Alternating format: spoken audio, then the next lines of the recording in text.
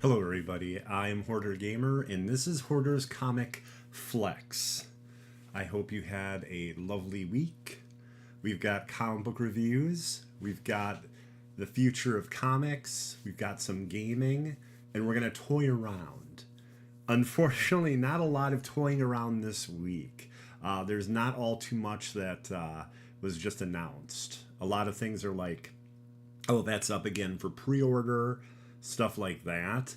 So really, we're only going to have a little bit of that, but hopefully next week there'll be more. That's my hope. Anyway, we're going to start with our first review. And you're going to see some technical differences in upcoming episodes because I got a better computer. My computer was actually 7 years old and having problems running a number of different things, in like streams just stopping and starting when they wanted to, and well, actually just stopping. They weren't. Not sure I'd want a stream to just start whenever. That probably wouldn't be like the best thing, you know? But we have Batman, and it's the City of Madness Book 1. And if you look at this cover, you'll see why I was immediately excited. You've got Batman, and underneath there, you have the Court of Owls. Okay? And Christian Ward is a very good writer and artist, and this is like a mix between like body horror and cosmic horror, like Cthulhu type stuff. And it's really awesome. Like the artwork is beautiful. It's a young kid. He wants to go to Gotham because he knows that a police officer killed his father. And this police officer was involved with a gang that one member wears a shark helmet or shark head. One person wears an eagle head, and the other, I believe, is a fox. And I apologize, I forget their name. They were in a Batman animated series episode. They've been in a number of Batman comic books. But he knew that they were affiliated with them. And so basically, things go insane. The beauty of this book, though, is that Alfred is basically narrating it. And he's talking about, like, the difficulties he's had, you know, constantly worrying about, you know, Master Bruce Wayne, and, like, going through, like, his, like, journal, like, night journal, which basically was, you know, Batman saying, okay, these are the bones, these are the people whose bones I broke. This is, like, the amount of batarangs I need and everything like that. And it's really interesting hearing Alfred and going from that point of view. And then you get to the point where there's a war within the Court of Owls. So there's two families that are talked about here, the Strigidae and the Titanidae. So two different families in the Court of Owls. And Titanidae is basically trying to have a coup and take over, and ends up killing one of the lead members, if not the lead family member of the Strigidae family. This all culminates in the idea that there is the Batman below, which is a frightening, terrifying, Cthulhu-like version of Batman, who kind of reminds me of the concept of what was Barbatos. But again, you know, in the form of Batman. I recall Barbatos being, I thought it was more of a dragon bat thing, not like a Batman. But yeah, this is awesome. The artwork is beautiful, and as you can see from the cover, the artwork is beautiful, and I highly recommend this, especially if you're a Batman fan. What a great time for this to come out, right? Like, it came out today on the well, it came out technically yesterday, but most stores don't have the books out until Wednesdays anyway, so they can have everything all at once, and they don't have to staff as heavily for the week. They focus on Wednesdays. So yeah, this technically came out yesterday, but most stores got it today. And what a great way to look forward to Halloween with Batman and cosmic horror and bodily horror, which probably going to be more of that in the next issue. You also get Two-Face in here. And you get this cool moment where Harvey is actually in the driver's seat and asks Batman for his help. That's really cool too. But yeah, this is a great issue. Let's see, $6.99, which is the normal price for a black label book. It's more than 22 pages. It's probably more like 48. And then also look, it's this different size, right? It's like a square or rectangle, I guess. So the only thing is that like your regular backers and boards, they're not going to fit this. You have to get like a certain magazine style or something like that. So that's like the only bad thing about this book. Okay, everybody, we are done with our first review of the evening. Now it is time to talk about video games. And as you might have guessed from last week, I talked about Diablo 4. And some people would say, when's he going to stop talking about Diablo 4? Not this week. So what happened was there was another presentation. This was a campfire chat where they told us about awesome quality of life things and class changes coming to Diablo 4. You'll get a lot more Diablo 4. You're going to get so much Diablo 4, it'll make you sick, Mike. So let's start this. Let's start this craziness. First off, we're going to use a little computer magic. Because right now you see me, but now you see this! Diablo 4, the Season of Blood. Okay? So, this shows, and this all starts next Tuesday, everybody. So, video game fans, you have a very exciting week and a half ahead of you. And we'll get into that too, don't worry. We're going to be covering a number of games that are coming out very soon. But here's Defeat Lord Zir. He's like a vampire king or vampire emperor. The big goal is to defeat him. You work with Gemma Chan. So Gemma Chan's going to be playing a vampire hunter known as Eris. E-R-Y-S, I believe. So it's really cool that they got her for that role. And then there's going to be all new cosmetics. That's going to be based on the new season pass or battle pass. You get to command vampiric powers. You have insane vampiric powers that your character gets to use. Then 5 new endgame bosses to conquer. I believe 3 are like brand new. And then 2 are repurposed. But it's awesome because that's going to be in the season itself and in the Eternal Realm. Characters that you do the campaign with outside of the season, or when a season is over, they go to the Eternal Realm. So this is content actually coming to the Eternal Realm and the seasons. So very exciting. And even crazier, you'll be able to farm these bosses for loot. And I believe I have some slides where I can mention how that's going to work in a little bit. But yeah, depending on the different boss, different loot for the different classes of character you can play, I think that's awesome. So yeah, as I mentioned, commanding vampiric powers, you become a freaking vampire. And there's going to be new dungeons and world events, and paragon glyphs and new uniques, and new legendary powers. So there's a lot to look forward to just in the Season of Blood. And again, that starts next Tuesday. I'm very excited. I'm actually going to stream it on twitch.tv/Hoardergamer. That's where I do most of my streaming. Well, pretty much all my streaming. So, okay. So that's our first picture right there. Let me magically make that disappear. Where'd it go? Where'd it go? Okay. Next up we have seasonal rewards. So there's going to be seasonal blessings, smoldering ashes, and they're on the free battle pass. So on the free track of the battle pass, you'll be able to earn smoldering ashes, and you use them to unlock XP, gold, and potion boosts. So you can't pay for power here.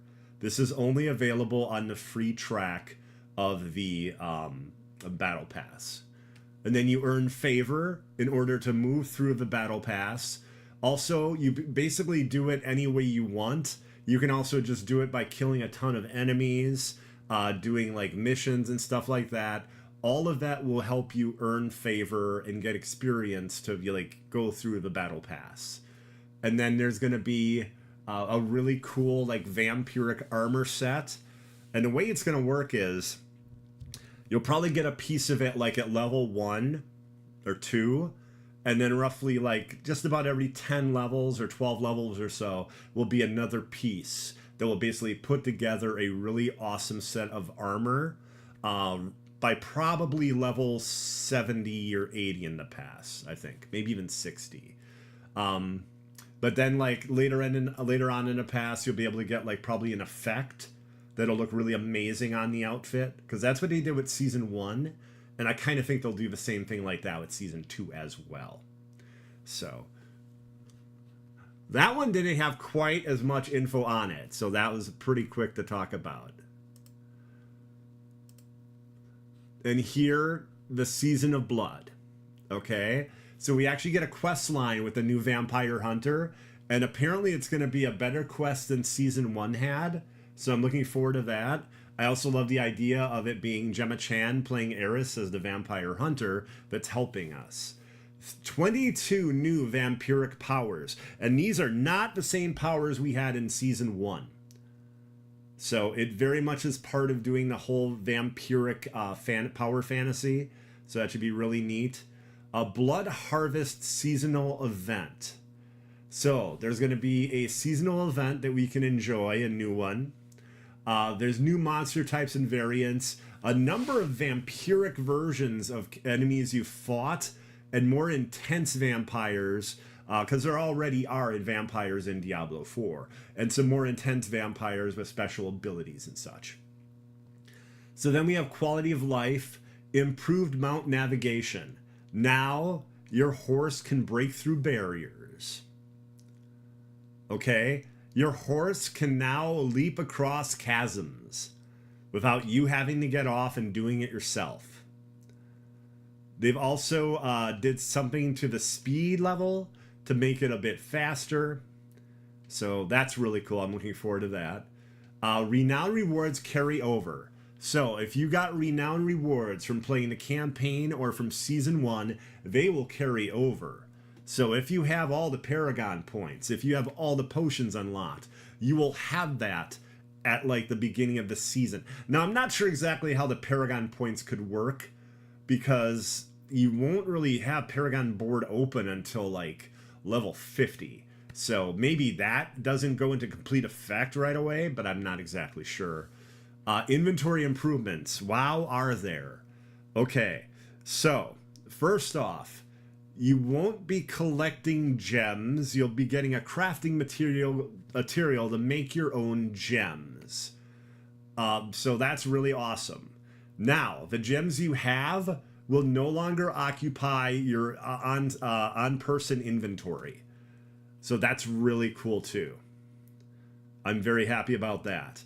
Once you get to a certain level in the game, like I think it's like 50 or 55, lower level items will no longer drop. It'll be a type of crafting material to make better items. So you won't be cluttered up by basic magic items and even at one point rare items. But you will get like legendary rare, sacred rare, things like that. And then I believe later on as you level up, it'll even subtract one or two more of those and focus on getting you like uniques and things like that. So that's really cool. A lot of the big issue with the game was like, especially with the dungeons where you go and fight the corrupted enemies in Season 1, you got these hearts from them. So like it wouldn't be unheard of to get like 3 or 4 hearts, maybe 5 in this one dungeon that took up, a decent amount of space, a whole mess of gems falling from enemies, some new weapons and armor falling from enemies. And then with each of these like little 15-minute dungeons, you'd have to go back to town and basically get rid of stuff right away. So the inventory improvements are very cool, and I'm just sort of scratching the surface of what they are. Okay, so Nightmare Sigils. So once you get a Nightmare Sigil, you can basically activate it, and then it shows you where it is on the map, and then you travel to outside of that dungeon. Now you will travel inside. It takes quite a few feet inside the dungeon to even see an enemy, so it's not like you're going to be ambushed or anything. It's like each one has like a foyer, and you're kind of just waiting there, and then you move in through the dungeon, and then enemies are at that point. Okay, now the end game. More experience, and you will reach level 100 40% faster, which is a huge increase. A lot of people this season got at the highest, like the level 70 or 80, and didn't even really attempt the level 100 journey. And the devs realized, yeah, it's too difficult to do the level 100 journey, so they decided to make it easier to achieve. They want aspirational content, but they also don't want people to be like, oh, this isn't worth it, or it's too much time and effort. Okay. The 5 farmable endgame Uber bosses. Now, I mentioned these a moment ago, and if you'll give me just a second, I'm going to pull up the slide I have that gives detail on these. Let me see here. I'm pretty sure I got that slide. That'd be hilarious if that was one I didn't get. Give me one moment here.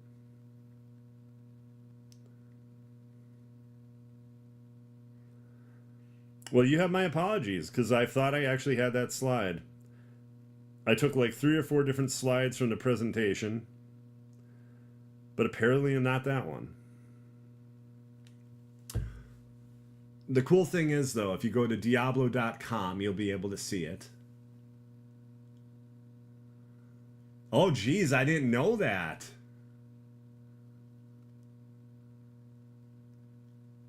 Wow. That's sad. Rest in peace, Keith Giffen.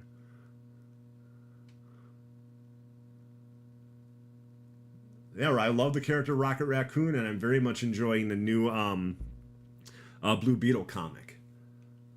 The second issue just came out last week, and he co-created that version of the Blue Beetle, apparently. Lobo too. Wow. I like Lobo, but I haven't read that much of Lobo. Okay. Let's see here. What else do I have to say about Diablo? I think we're pretty much set on Diablo, actually. So, they were not done talking about video games, though. It's not just Diablo 4 out there. Wayfinder just put out their first big update, and that's available. And basically, it's a new boss. It's 2 new missions, or actually mission chains. And then it's a lost zone, but it's like in the middle of the Highlands. So very cool. The event is actually going to be going till the end of October. But like the new boss is going to be there, and I believe the mission chains are going to remain too. I don't think those are just for the 2 weeks. But yeah, it was very cool to see that they've already have new content coming to Wayfinder. I am not even done with the base content. There's quite a bit there, and I really do like the game. One of the few things I would suggest, though, is let us have a melee and range weapon at the same time. Otherwise, it's really difficult to level up more than one weapon. It's incredibly time-consuming, because one of the ways you level up is using said weapon. And you get a certain ability, and then when you get more and more experience, another ability, I think it's a total of up to 3, based on how much you use a weapon. And I'm currently using a shotgun, and I'm playing as Nis, and I like her a lot. I think she's really cool. So yeah, that's really cool. That's a game as a service that had new content that came out just like yesterday, and I got to play an hour of it off stream, and I liked what I played.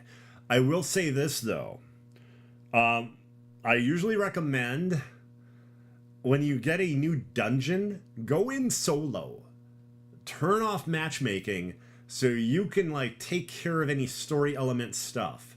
I kid you not.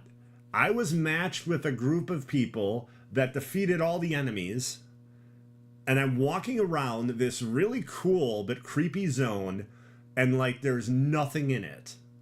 So when I play again, I'm gonna turn matchmaking off, and be very careful too, because there are areas that appear and disappear.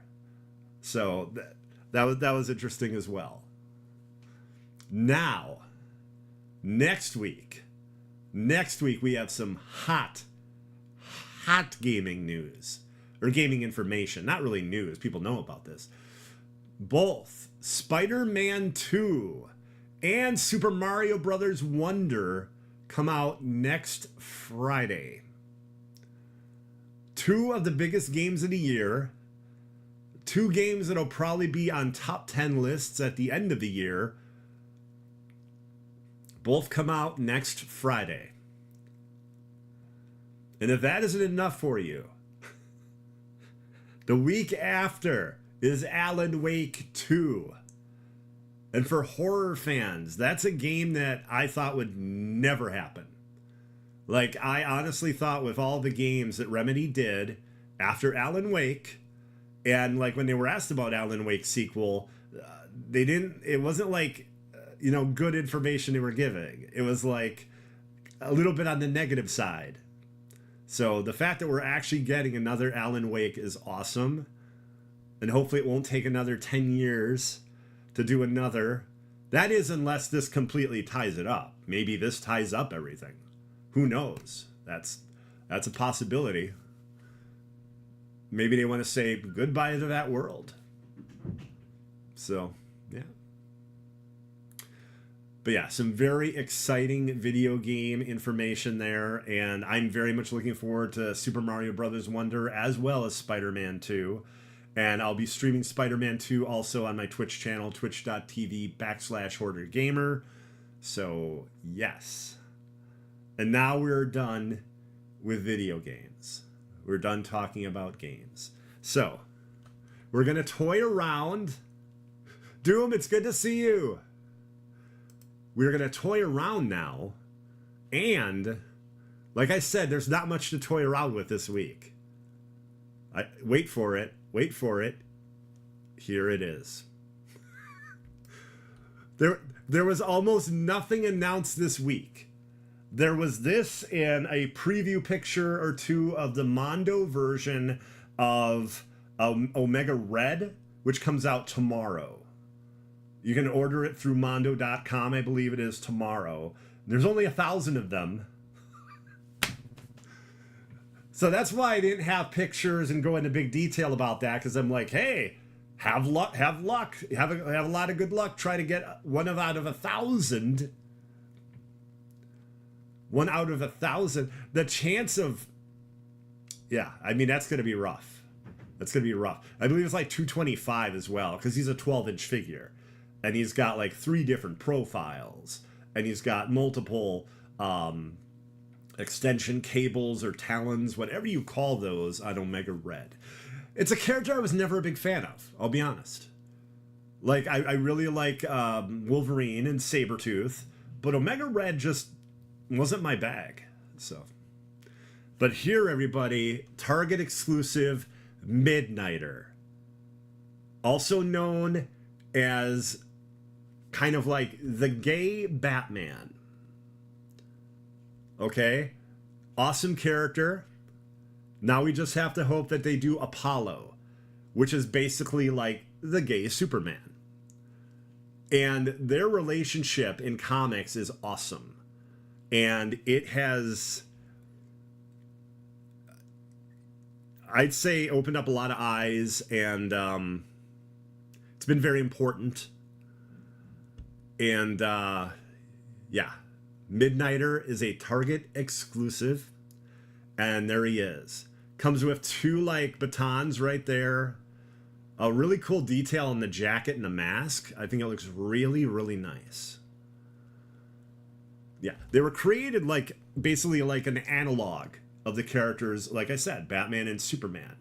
But the idea was, what if they were in love?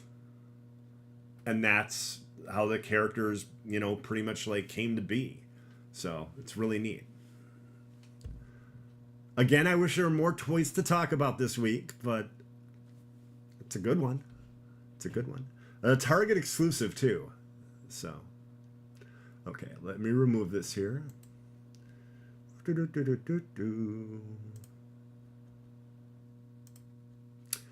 Okay, everybody.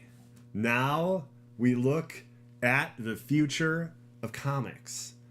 The future of comics all the way to 1 week from today.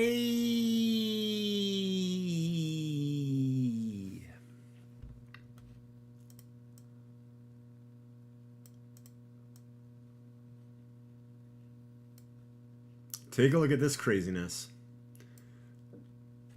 Justice League versus Godzilla and Kong. That cover, that title, pretty much sells itself. Especially in the month of October, you know, where people enjoy watching like horror and monster movies. Here's 2 of the legends, Godzilla and King Kong, versus the Justice League. Now, if you think that's crazy, there's a version that I want to say is like $20 or something of this book, and it's got a chip in it, so it actually makes like the sound of Godzilla, and I believe the other one is the sound of King Kong. I think they did 2. It's either that it's one that has both, or it's 2. I tried to get information on it today, but Lunar Distribution didn't have any picture of it. They just had like 4 different covers and then a really cool poster that you put in a light up frame. And that was it. That was it. But yeah, Justice League versus Godzilla and King Kong.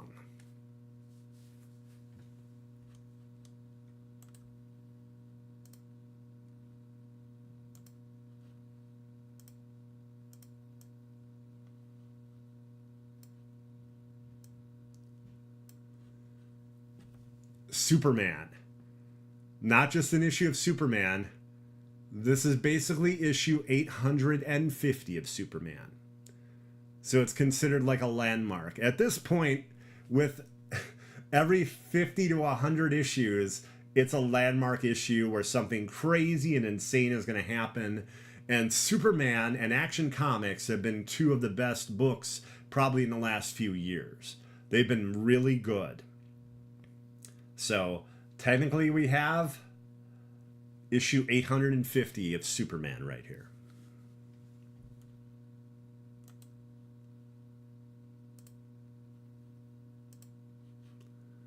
And finally, one of my favorite books returns with a different title, but pretty much the same like creative team, the Sensational She-Hulk. Sensational She-Hulk #1 comes out next week. And Rainbow Rowell is back. And what's really cool is they got the writer from the She-Hulk Marvel Cinematic Universe TV series to do a short story, like around 10 or 12 pages. So it comes with that too. There's like 4 or 5 different covers. Most of them are great. This is probably one I'm going to go with. I find it really iconic.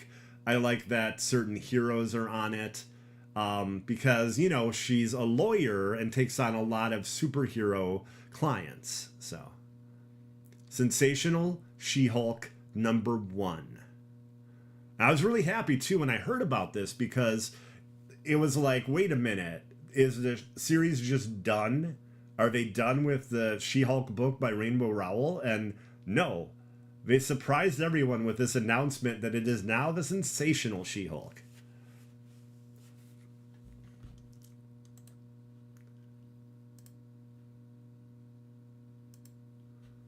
Okay, everybody. First off, I want to thank you for making it this far in the episode. Thank you. And we're getting close to the end. But as you might guess, we do another comic book review. Some episodes will just be one review, but most are two. And today we have a doozy. The Superior Spider-Man returns.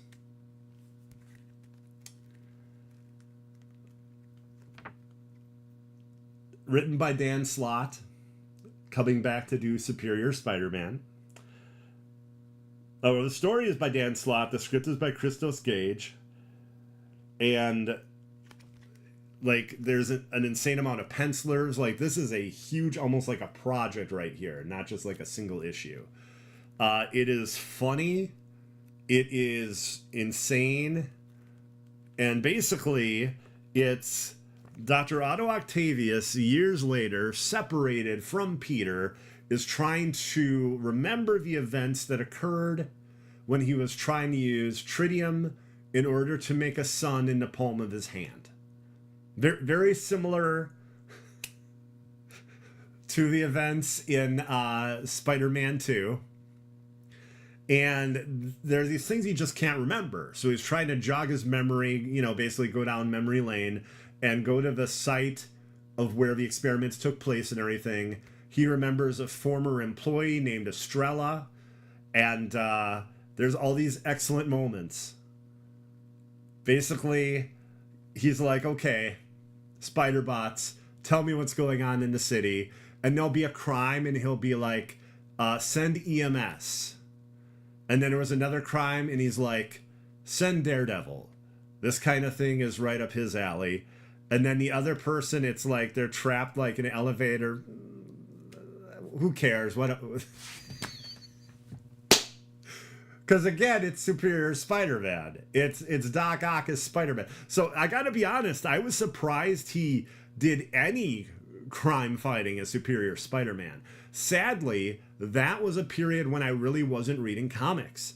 And now even more sadly, apparently almost all the Superior Spider-Man, like volumes 1 and 2, like the beginning and the first half of it, is like out of print. And I'm trying to like look at solicits and stuff, and it seems like it's going back into print and coming out next year. Like, yeah, you can buy a ridiculously expensive hardcover book, but that's it. You can get like an absolute edition, and it's only volume 1 of Superior Spider-Man. So things go terribly wrong. Estrella doesn't realize what she signed on for. She thinks that she's working with Peter Parker, but then all of a sudden Peter's doing crazy things like bringing giant mechs to fight AIM, Advanced Idea Mechanics. And all of a sudden, there's a group of like Spider-Man / Doc Ock employees that now work in the lab, and it's just a lot of craziness. The experiment goes terribly wrong.